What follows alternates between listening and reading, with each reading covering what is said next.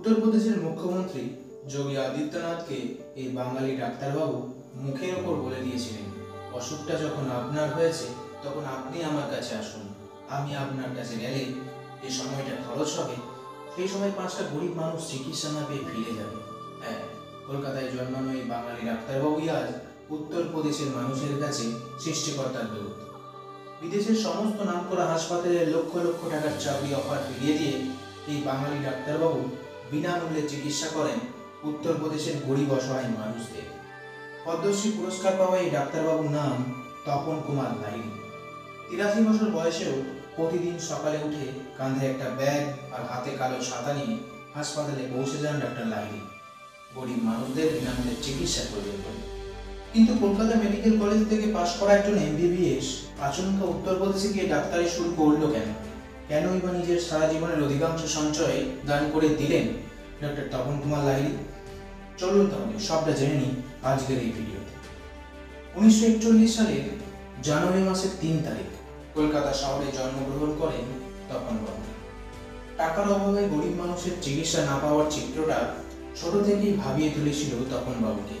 তাই বড় হয়ে কলকাতার মেডিকেল কলেজ থেকে MBBS ডিগ্রি লাভ করে মেধাবী তপন বাবু উচ্চশিক্ষার জন্য পাড়ি দেন সুদূর ইংল্যান্ডে। সেখানে 1969 সালে কার্ডিয়াক সার্জারিতে FRCS আর তারপর 1972 সালে থোরাসিক সার্জারিতে MCH ডিগ্রি লাভ করেই সোজা দেশে ফেরেন ডক্টর তপন কুমার লাহিড়ী। বিদেশের কয়েক হাজার টাকার প্যাকেজ ছেড়ে মাত্র 250 টাকার বিনিময়ে বেনারসের institute of medical science reader পদে যোগ দেন তপন বাবু। আর অন্যদিকে গরিব মানুষদের বিনা পয়সার চিকিৎসা করাও শুরু হলো সেই সময় থেকে। ধীরে ধীরে রিডার থেকে অধ্যাপক এবং পরবর্তীকালে কার্ডিও সার্জারি বিভাগের হেড অফ দ্য ডিপার্টমেন্ট হলেন তপন বাবু। গরিব মানুষদের চিকিৎসা করতে করতে বিয়ে করা হলো না ভদ্রলোকে। অন্যান্য কলিগরা বাড়ি গাড়ি করে ফেললেও ডাক্তার লাহিড়ী নিজের সমস্ত আনন্দ খুঁজে পেলেন গরিব মানুষদের মুখের হাসিতে। এরপর আচমকাই একদিন তপনবাবু সিদ্ধান্ত নিলেন সরকারের দেওয়া লক্ষাধিক টাকার মাইনেটাও তিনি আর নেবেন না, কারণ একা থাকার জন্য তার অত টাকার দরকার পড়ে না। 2003 সালে চাকরি থেকে অবসর গ্রহণ করার পর জীবনযাপনের ক্ষেত্রে যতটুকু অর্থের প্রয়োজন সেটুকু বাদ রেখে পেনশনের বেশিরভাগ অংশটাও ডাক্তার লাহিড়ী দান করে দেন বিদ্যালয়ের তহবিল। এর বিনিময়ে শুধু একটাই অনুরোধ করলেন তিনি, জীবনের শেষ দিন অবধি বিশ্ববিদ্যালয়ের একটা কোয়ার্টার রুম থাকা। ডক্টর লাহিড়ী যেদিন অবসর নিলেন তার 7 দিনের মধ্যে বিদেশের 5টা হসপিটাল লক্ষাধিক টাকার প্যাকেজ অফার করেছিল ওনাকে। তাদের প্রত্যেকে ডক্টর তপন কুমার লাহিড়ী বলেন, চাকরি জীবনে টাকার পিছনে না ছুটে গরিব মানুষদের সেবা করে গেছি।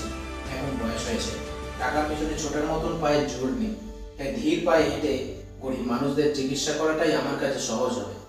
আপনাদেরকে ধন্যবাদ আমাকে এই অফারটা করার জন্য।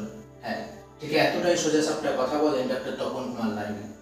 তবে বেনারস অঞ্চলের লোকেরা অবশ্য ডাক্তার লাহিড়ীকে ধন্বন্তরী বলে ডাকেন, কারণ ডাক্তার লাহিড়ী কম পয়সায় এমন ওষুধ দেন যা নাকি শয্যাশায়ী মানুষদেরও দৌড়ানোর মতন সুস্থ করে তোলে। আর সেই কারণে খোদ উত্তরপ্রদেশের মুখ্যমন্ত্রী যোগী আদিত্যনাথ যখন অসুস্থ হয়েছিলেন তিনি ডাক্তার লাহিড়ীকে ডেকে পাঠিয়েছিলেন চিকিৎসা পাওয়ার আশায়। কিন্তু তার উত্তরে ডাক্তার লাহিড়ী কি বলেছিলেন সেটা তো ভিডিও শুরুতে শুনেইছেন। চিকিৎসার ক্ষেত্রে বিরাট অবদানের জন্য ইতিমধ্যে পদ্মশ্রী পুরস্কার পেয়েছেন ডক্টর তপন কুমার লাহিড়ী। পদ্মশ্রী সম্মান পাওয়ার পর ডক্টর লাহিড়ী বলেছিলেন, এই সম্মানের জন্য সরকারকে অসংখ্য ধন্যবাদ।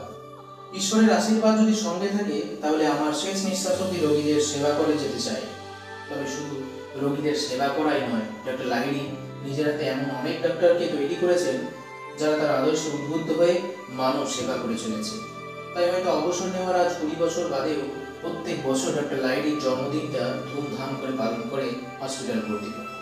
হ্যাঁ, প্রতি বছর জানুয়ারি মাসের 3 তারিখ বেনারসের গঙ্গায় গরিব মানুষেরা শয়ে শয়ে প্রদীপ ভাসান ডক্টর তপন কুমার লাহিড়ীর মঙ্গল কামনা। কারণ তারা জানেন যতদিন এই বাঙালি ডাক্তারবাবু আছেন ততদিন অবধি গরিব মানুষদের চিকিৎসা নিয়ে কোনো চিন্তা নেই। এই অন্ধকার সময়ে আপনার মতন মানুষেরাই আমাদের কাছে আলোর ঠিকানা স্যার। আজ এই পর্যন্তই, দেখা হচ্ছে পরের ভিডিওতে। ধন্যবাদ।